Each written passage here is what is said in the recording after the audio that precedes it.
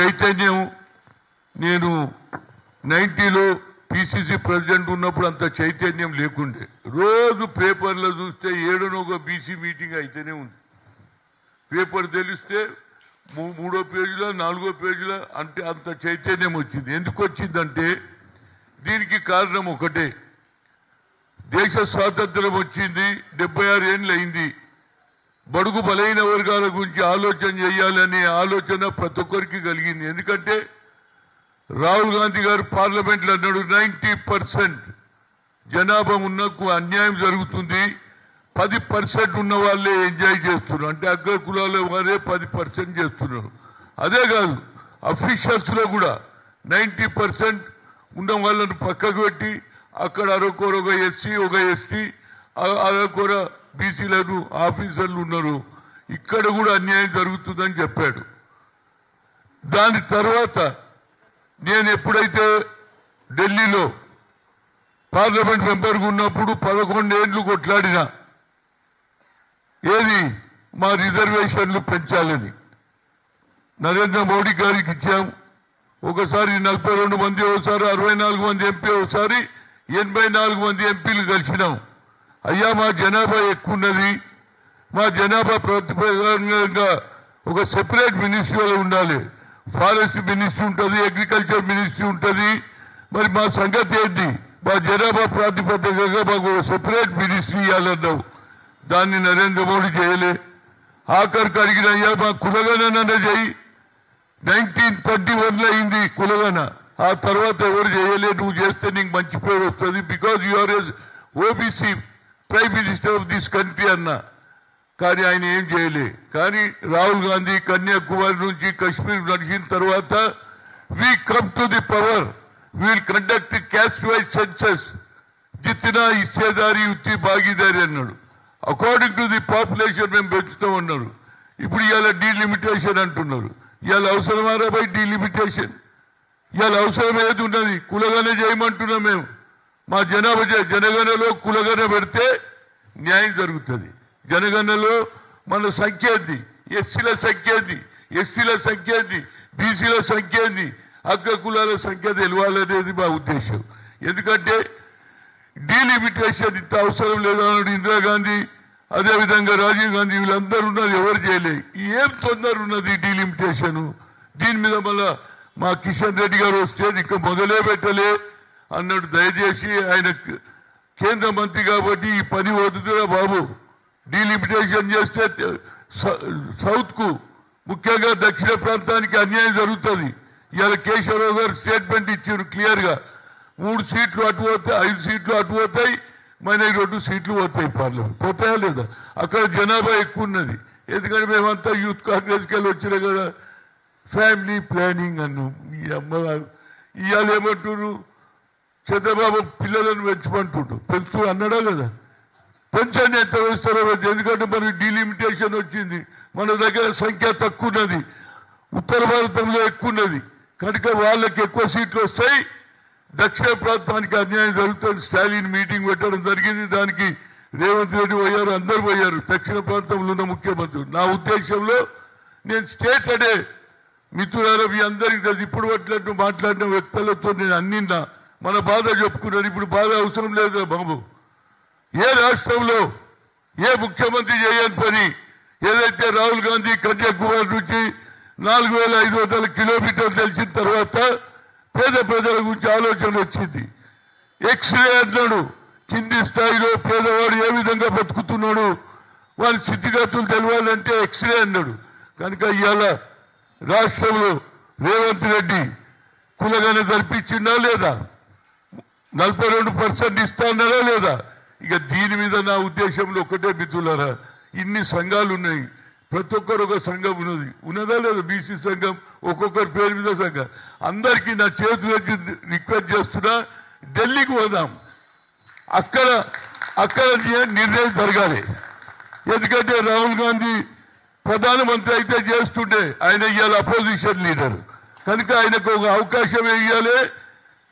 Parliament లో bill పెట్టినప్పుడు రాజకీయాలకు అతీతంగా అన్ని రాజకీయ పార్టీలు మద్దతు ఇస్తేనే మనకు పాస్ అవుతుంది. లేకపోతే ఏం కాదు. ఏడేసిన గొంగడాన్ని ఈడ ఇస్తాడు, 42% మన రాష్ట్రంలో ఇస్తారు. కానీ మిగతా రాష్ట్రాలలో ఉంటున్నారుగా జనం. అది పార్లమెంట్ లో బిల్లు వాడితే దానికి ఒక ఏది పట్టుదల వస్తుంది, అడిగే హక్కు ఏర్పడుతుంది. ఎట్లయితే మనం ఆర్టీఐ చేసినామో, రైట్ టు ఇన్ఫర్మేషన్ యాక్ట్, ఏడో పని జరిగినా ఏడో రోడ్ వేసినా మనం అడిగే హక్కు ఉన్నది. ఎంత దూరం రోడ్ వేసినావు, ఎన్ని కిలోమీటర్లు వేసినావు, సున్నం ఎంత వేసినావు, ఏది మన రాళ్ళు ఎంత వేసినావు, ఉసుక ఎంత వేసినావు అడిగే హక్కు ఉన్నదక్క మనకు. రైట్ టు ఇన్ఫర్మేషన్ యాక్ట్ ఈ దేశంలో ఎవరు చేయలేదు. మన్మోహన్ సింగ్ చేశాడు, ఆనాడు ఉన్నటువంటి యూపీఏ చైర్పర్సన్ సోనియా గాంధీ నాయకత్వంలో రైట్ టు ఇన్ఫర్మేషన్. ప్రతి ఒక్కరు కూడా మనకు గతంలో తెలియకపోతుండే, ఎవరు వస్తుండే రోడ్ ఎక్కిపోతుండే, వేసిన 4 రోజుల తర్వాత మళ్ళీ రోడ్డు ముందలవుతుండేనా లేదా. కనుక అలాంటి హక్కు ఇచ్చిండు. నా ఉద్దేశంలో ఒకటే కోరిక, అన్ని రాజకీయ పార్టీలు ఢిల్లీ పోదాం. ఢిల్లీలో పెద్ద ఎత్తున మీటింగ్ ఆయన పిలిచి అందరికీ అడుగుతాం రా బాబు, ఇక పెట్టేసేది ఇక నీ గ్రూపు నా గ్రూపు నీది నాది వద్దు, ఇక అందరం పోదాం. రాహుల్ గాంధీని పిలిపిద్దాం, మాట్లాడదాం. అయ్యా అదేవిధంగా మిగతా రాష్ట్రాలలో పార్లమెంట్ మెంబర్లను కూడా పిలుస్తా. నాకు ఆ టచ్ ఉన్నది. ఎందుకంటే ఐఐటి ఐఐఎంలో all India institute of medical science reservation లేదని సుప్రీంకోర్టు కొట్టేసిందమ్మా. కానీ నాకు అప్పుడు ఒక ఆలోచన వచ్చింది, ఇది ఎక్కడ అన్యాయం రా భయ్, అందరు ఇంగ్లీష్లో చదవలేరు, పేదరికంలోకి వచ్చిండ్రు, డిఫరెంట్ లాంగ్వేజ్ ఉన్నది, తెలుగు, మలయాళం, ఒరియా, కన్నడ ఇవన్నీ ఉన్నాయా లేదా. కానీ talent is not anybody's property, God has given to everybody. ఇవాళ మొహమ్మద్ సిరాజ్ ఉన్నాడు, అవకాశం వచ్చింది, ఇవాళ ఇండియాకి ఆడుతుంటా లేదా. వాళ్ళ నాయన ఆటో రిక్షా నడిపించేది. ఇవాళ ఎందుకు అంటే ప్రతి ఒక్కరికి కూడా దేవుడు అవకాశం ఇస్తాడు. కనుక అవకాశం ఇవ్వాలంటే దానికి కారణం అడిగింది madam. After Supreme Court there is only alternate parliament. Why don't you put a vote to Manmohan Singh అన్నాం. మన్మోహన్ సింగ్ బిల్లు పెడితే, లల్లు ప్రసాద్ యాదవ్ పెడితే, మమతా మొదలు పెడితే, సిపిఎం అన్ని పార్టీలు మద్దతు ఇచ్చిందా లేదా. కానీ మనం ఎవరు చెప్పుకోలేము. కానీ కొందరు చేయనోళ్ళు ఎక్కువ చెప్పుకుంటారు. మేము ఐఐటి ఐఐఎంలో రిజర్వేషన్ తెచ్చినాం. అదేవిధంగా మొదలు సోషల్ జస్టిస్ అంటే ఎస్సీ ఎస్టీ ఓబీసీ ఈ 3 ఉంటుండే. కానీ ఎస్సీలకు ఒక అడ్వాంటేజ్ ఉన్నది, అంటరానితనం. వాళ్ళ పోస్టులు అట్లనే ఉంటాయక్క. కొత్తడు వచ్చేదానికి మళ్ళా సూటబుల్ వచ్చే మనది దొరకలేదనుకో, మన పోస్టు మళ్ళీ అగ్ర కులాలకు పోతుంది. అప్పుడు నేనన్నా ఇది నడవదురా బాబు, సెపరేట్ చేయమన్నా. ఆనాడు మీరా కుమారికి చెప్పి, రాహుల్ గాంధీ చెప్పి చేయించిండు. ఎస్సీ వేరే అయింది, ఎస్టీ వేరే అయింది. ఇప్పుడు మన సంఖ్య తెలుస్తుంది, మన ఆఫీసర్లు ఎంతమంది ఉందో తెలుస్తుంది. అదేవిధంగా ఎస్సీ అంటున్నప్పుడు వాళ్ళ మాటనే వినేది. ఎప్పుడు అడిగినా why you are not appointing a BC man అంటే, సార్ వీఆర్ సర్చింగ్ అంటుడు. సర్చింగ్ అడిగారా పోయి సర్చింగ్ చేసేందుకు. కనుక నా ఉద్దేశంలో మిత్రులారా, రేపు 2వ తారీఖు నాడు ఏది ఢిల్లీలో, నేను కూడా పోతున్నా ఢిల్లీలో, అక్కడ ఉండడానికి చేయడానికి అన్ని మేము అరేంజ్మెంట్ చేస్తాము. కానీ వచ్చేది మీదే లెక్క. ఈడ ఇట్లయితే సోమాజీ కూడా ప్రెస్ క్లబ్ లో పొద్దున్నే మోగన్కి చెప్పి నేను పోతున్నా మీటింగ్ అని వచ్చిందా లేదా. ఇది స్వాతంత్రం వచ్చింది. ఎందుకంటే మహిళలు కూడా రాజ్యాధికారంలో పాల్పంచుకోవాలని రాహుల్ గాంధీ అన్నది, అదే రాజీవ్ గాంధీ కూడా అన్నాడు. కాబట్టి తప్పనిసరిగా ఢిల్లీకి రండి. ఢిల్లీలో మీటింగ్ లో పెద్ద ఎత్తున పెడదాం. ముఖ్యమంత్రి గారు ఏదైతే నిర్ణయం తీసుకున్నారో దాని ప్రకారంగా దమ్మా. బీసీ రాజ్యాధికార సమితి వ్యవస్థాపక అధ్యక్షులు దాసు సురేష్ గారు ఇప్పుడు విచ్చేశారు. స్వాగతం, సుస్వాగతం. అలాగే PCC vice president Sangishetti Jagadishwar గారికి స్వాగతం, సుస్వాగతం. మిత్రులారా, ఇప్పుడు మీ అధ్యక్షులు కూడా వచ్చిండా లేదా. కానీ అధ్యక్షులు రాకముందు కూడా నేను ఆయన పేరు చెప్పిందా లేదా. అంటే నా ఉద్దేశంలో మనం అందరం కలిసి ఉండాలి. ఇంట్లో ఎవరి దుకాణం లేదు, అందరు రండి. ఆయన మీటింగ్ పెట్టిండు, ఈయన మీటింగ్ పెట్టిండు, మీరు వదులుకుంటే మళ్ళీ దొరకదు ఈ ఛాన్స్. ఎందుకంటే రాహుల్ గాంధీ అపోజిషన్ లీడర్గా ఉన్నాడు. ఆయన బిల్లు పెట్టినప్పుడు అన్ని రాజకీయ పార్టీలు మద్దతు ఇస్తే అప్పుడు అంబేద్కర్ రాసినటువంటి రాజ్యాంగం నిలబడుతుంది. దాని గురించి నా ఉద్దేశంలో అందరు రండి.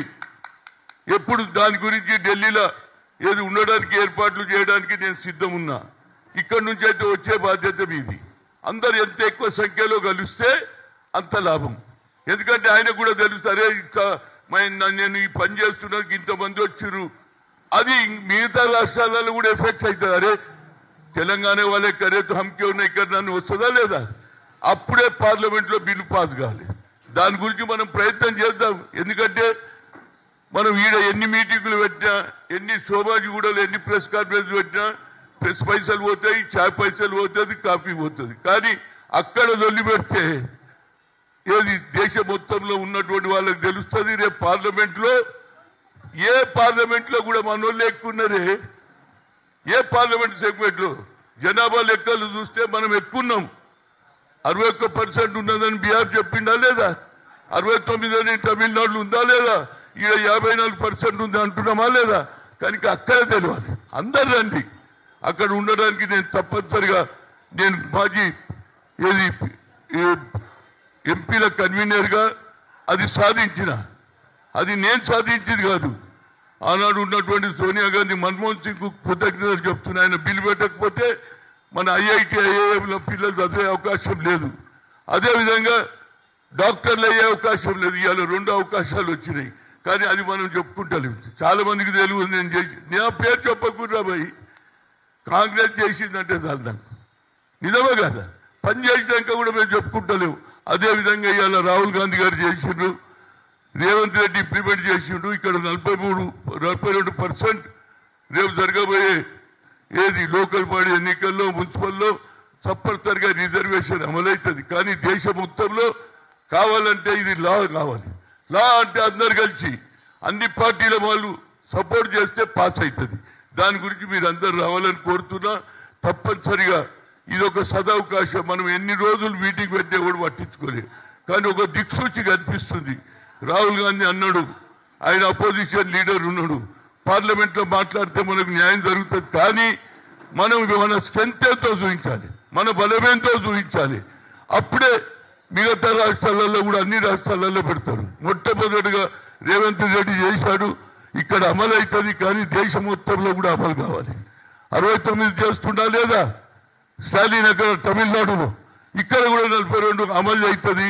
మీరందరూ దయచేసి ఆయన పిలిచి నేను ఎందుకు పోవాలి, ఆయన వేరే గ్రూప్ వద్దులే, నీకు దండం పెడతా, అందరం కలుద్దాం. ఇక ఊరికే మీటింగ్లు పెట్టడం, ఏది రౌండ్ టేబుల్ కాన్ఫరెన్స్ పెట్టడం, రోజు మీటింగ్లు అయితేనే ఉన్నాయి. అస్సలు దగ్గర దెబ్బ కొడితే మనకు న్యాయం జరుగుతుంది. నిజమే కదా? కనుక మీరందరూ రండి. ఢిల్లీలో నేను అన్ని విధాలుగా ఏది రూమ్స్ అన్నా, నీకు సత్రాలన్నా అక్కడంతా హై లెవెల్ కదా. ఢిల్లీ అంటే కాస్ట్లీ ఉంటుంది. అయినంత మటుకు మనం అడ్జస్ట్ చేసుకుందాం. అందరు రండి. దాన్ని జయప్రదం చేస్తే తప్పనిసరిగా వచ్చే రోజులలో మనందరికీ న్యాయం జరుగుతుంది. ఈ అవకాశం పోతీగా మళ్ళీ రాదే. ఎందుకంటే ఫెయిలియర్ అయింది. అరే వీళ్ళు ఏం చేస్తారని అప్పటికే అగ్ర కులాలు వీళ్ళతో ఏడుంటాయా? అలా 130 కులాలు ఎప్పుడు కలవాలి? సాగలైన వస్తే మంగళాయన లేపుతారు, బుద్ధిరాజు వస్తేనేమో యాదవ్ను లేపుతారు. వాళ్ళు చాలా హుషారే, మన లెక్క కాదు. పెట్టేస్తారు పంచాయతీ. రే ఆయన అడ్వాన్స్ అట్టిలు లేచి నిలబడతారు పైలో. కనుక ఆ పంచాయతీ వద్దు. అందరం కలుద్దాం. ఢిల్లీకి రండి. ఢిల్లీలో తేల్చుకుందాం. ఢిల్లీలో తేల్చుకునే సమయం ఆసన్నమైంది. ఎందుకంటే పార్లమెంట్ నడుస్తుంది. ఈ మాట అన్ని రాష్ట్రాలలో పోతే అన్ని రాష్ట్రాలలో ముఖ్యమంత్రులు కూడా ఏది కులగణ చేయించి వాళ్ళు కూడా రిజర్వేషన్ పెడితే సమాజంలో తప్పనిసరిగా ఇవ్వాల. ఏ విధంగానైతే నరేంద్ర మోడీ ప్రధానమంత్రి అయిందో మన వాళ్ళకు కూడా రాష్ట్రాలలో ముఖ్యమంత్రి అయ్యే అవకాశాలు ఉంటాయని చెప్తూ ఈ అవకాశం ఇచ్చినటువంటి మీ అందరికీ, మావాడు ఉన్నాడు, ఎవరు జగదీష్ ఉన్నాడు, మీరున్నారు, నాకు వేరే దగ్గర పోయారు.